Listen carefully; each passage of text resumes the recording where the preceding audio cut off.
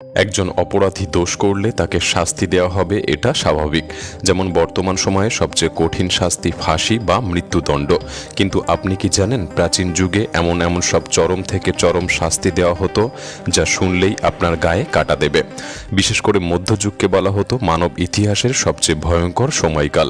সেই সময় মানুষকে শাস্তি দেওয়ার জন্য এমন নিষ্ঠুর পদ্ধতি তৈরি করা হয়েছিল যেগুলি কল্পনা করলে আজও ভয় পেতে হয়। তাই আজকের ভিডিওতে আমরা আপনাকে দেখাবো ইতিহাসের সেই ভয়ঙ্কর ও অবিশ্বাস্য সব শাস্তির পদ্ধতি যেগুলি বিশ্বের নানা প্রান্তে একসময় দেওয়া হতো। তবে যারা দুর্বল হৃদয়ের মানুষ তারা একটু সামলে এই ভিডিওটি দেখবেন, এবং যারা ভিডিওটি দেখবেন সম্পূর্ণ দেখার অনুরোধ রইল। আর নতুন বন্ধুরা অবশ্যই পাশে থাকা সাবস্ক্রাইব লেখাটি প্রেস করে বেল আইকনের অল অপশন সিলেক্ট করুন।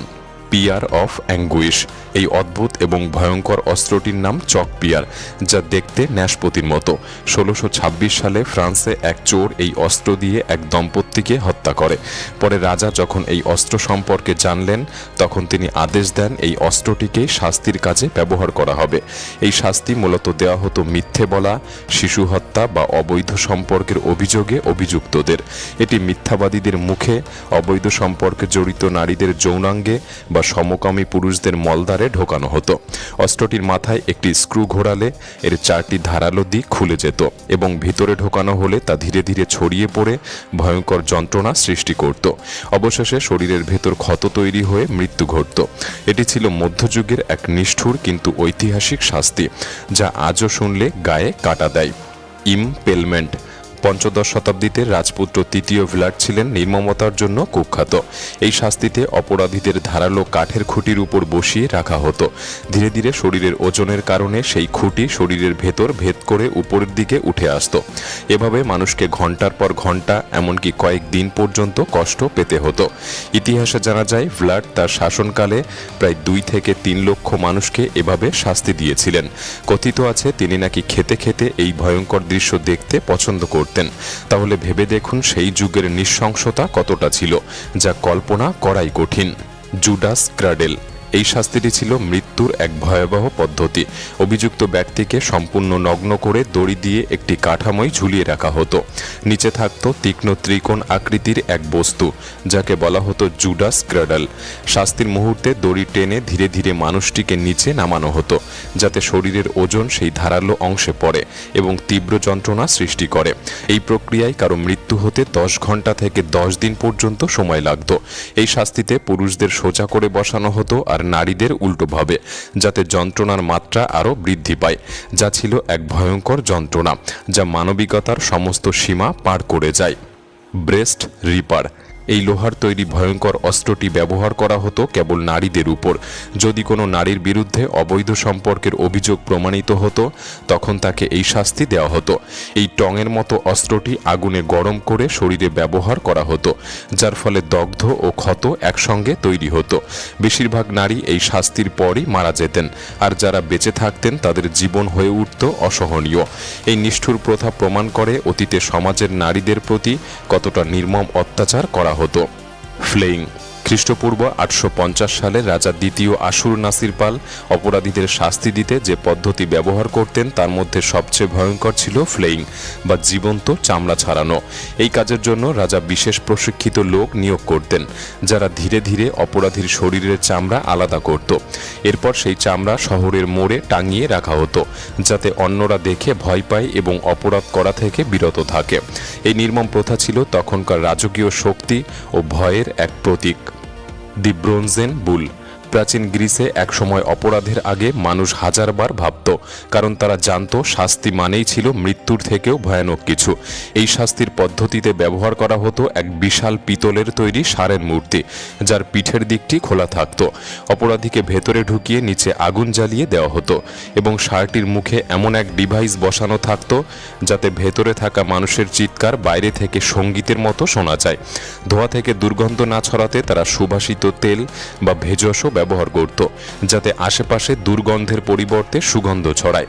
কিন্তু এই নিষ্ঠুর পদ্ধতির যিনি উদ্ভাবক তাকেই রাজা প্রথমে এই ষাঁড়ের ভেতরে ঢুকিয়েছিলেন, এবং যিনি এটি তৈরি করেছিলেন তাকেও শেষ পর্যন্ত এই ষাঁড়ের ভেতরেই প্রাণ হারাতে হয়। ফর্ক। এই শাস্তিটি মূলত আমেরিকায় প্রচলিত ছিল। অপরাধীদের গলায় লোহার এক যন্ত্র পরানো হতো, যার দুই পাশেই ছিল ধারালো প্রান্ত। এর ফলে মাথা নাড়ানো বা নিচু করা একদম অসম্ভব হয়ে পড়ত। যখনই কেউ সামান্য নড়াচড়া করার চেষ্টা করত, লোহার ধার তার গলা ও বুকে গেঁথে যেত। এই যন্ত্রণার মধ্যে মানুষ না খেতে পারত, না ঘুমাতে পারত, আর শেষ পর্যন্ত অল্প সময়ের মধ্যেই মৃত্যুর দিকে এগিয়ে যেত। Death by sawing. প্রাচীন ইউরোপে বড় অপরাধীদের জন্য ব্যবহৃত হতো এই শাস্তি। অপরাধীকে উল্টো করে ঝুলিয়ে রাখা হতো, তার পা বাঁধা থাকতো রাস্তার মাঝখানের খুঁটিতে। এভাবে ঝুলিয়ে রাখলে রক্ত মাথায় পৌঁছাতে পারত, ফলে দীর্ঘক্ষণ অজ্ঞান না হয়ে যন্ত্রণার মধ্যেও সে বেঁচে থাকত। এরপর দুই ব্যক্তি বড় করাত দিয়ে ধীরে ধীরে মাছ থেকে কাটা শুরু করত। এই কাজ করা হতো অত্যন্ত ধীরে, যাতে অপরাধী যন্ত্রণার সবটুকু অনুভব করতে পারে। কেউ অর্ধেক পর্যন্ত কাটা অবস্থায় মারা যেত, আবার কেউ পুরোপুরি দ্বিখণ্ডিত হয়ে। চুরি, দাঙ্গা, হামলা বা বড় অপরাধের ক্ষেত্রে এই শাস্তি দেওয়া হতো। The breaking wheel.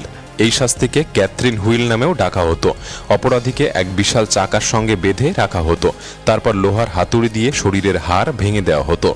এই পদ্ধতিতে মানুষ প্রায় সঙ্গে সঙ্গে মারা যেত না, ঘন্টার পর ঘন্টা বেঁচে থাকতো তীব্র ব্যথায়। কখনো তাদের উঁচু স্থানে ফেলে রাখা হতো, যাতে চিল শকুনেরা এসে শরীরের খোলা অংশ খেয়ে নিতে পারে। যাদের প্রতি একটু দয়া দেখানো হতো, তাদের শুধু বুক বা পেটে আঘাত করা হতো, তবে কেউই জীবিত রেহাই পেত না। Thumb screw. পঞ্চদশ শতাব্দী থেকে শুরু করে অষ্টদশ শতাব্দী পর্যন্ত চলেছিল এই নিষ্ঠুর যন্ত্রের ব্যবহার। অপরাধীরা যখন নিজেদের অপরাধ স্বীকার করতে অস্বীকার করত, তখন তাদের আঙুল ও বুড়ো আঙুল এই লোহার যন্ত্রে ঢুকিয়ে স্ক্রু ঘোরানো হতো। ধীরে ধীরে চাপ বাড়তে থাকতো এবং ব্যথা এমন মাত্রায় পৌঁছাতো যে কয়েক মিনিটের মধ্যেই তার অপরাধ স্বীকার করে ফেলত। কিন্তু নিষ্ঠুর বিষয়টি ছিল, এরপর তাদের হাত প্রায় অকেজো হয়ে যেত চিরজীবনের জন্য। Iron chair. এই চেয়ারটি ছিল এক ভয়ঙ্কর চেয়ার, যা প্রায় 1500 কেজি লোহা দিয়ে তৈরি। যারা অপরাধ স্বীকার করত না, তাদের এই চেয়ারে বসানো হতো। চেয়ার জুড়ে ছিল অসংখ্য ধারালো পেরেক, যা বসার সঙ্গে সঙ্গে শরীরে গাঁথা শুরু করত। যদি এরপরও অপরাধী কিছু স্বীকার না করে, তাহলে চেয়ারের নিচে জ্বলন্ত কয়লা রেখে দেওয়া হতো। ফলে লোহা গরম হয়ে শরীরে আগুনের মতো পোড়ার অনুভূতি তৈরি করত। কিন্তু এই সময় যদি কেউ নির্দোষ প্রমাণিত হতো, তবে তাকে মুক্তি দেওয়া হতো। কিন্তু অধিকাংশের ভাগ্যে সেই সুযোগ আসতো না। ভাবতে পারেন মানুষ একসময় শাস্তি দিতে গিয়ে কতটা অমানবিক হয়ে উঠেছিল। আজ আমরা যে সভ্যতার মধ্যে আছি, সেখানে অন্তত ন্যায় বিচার মানে আর নির্যাতন নয়, বরং মানবিকতা। এমন আর কোনো শাস্তির কথা আপনি কি জানেন বা কোথাও পড়েছেন? আমাদের কমেন্ট বক্সে লিখে জানাতে পারেন। ভিডিওটি ভালো লাগলে একটি লাইক করতে পারেন, চ্যানেলটি সাবস্ক্রাইব করে রাখতে পারেন। তাহলে দেখা হচ্ছে পরবর্তী নতুন একটি এপিসোডে। ধন্যবাদ।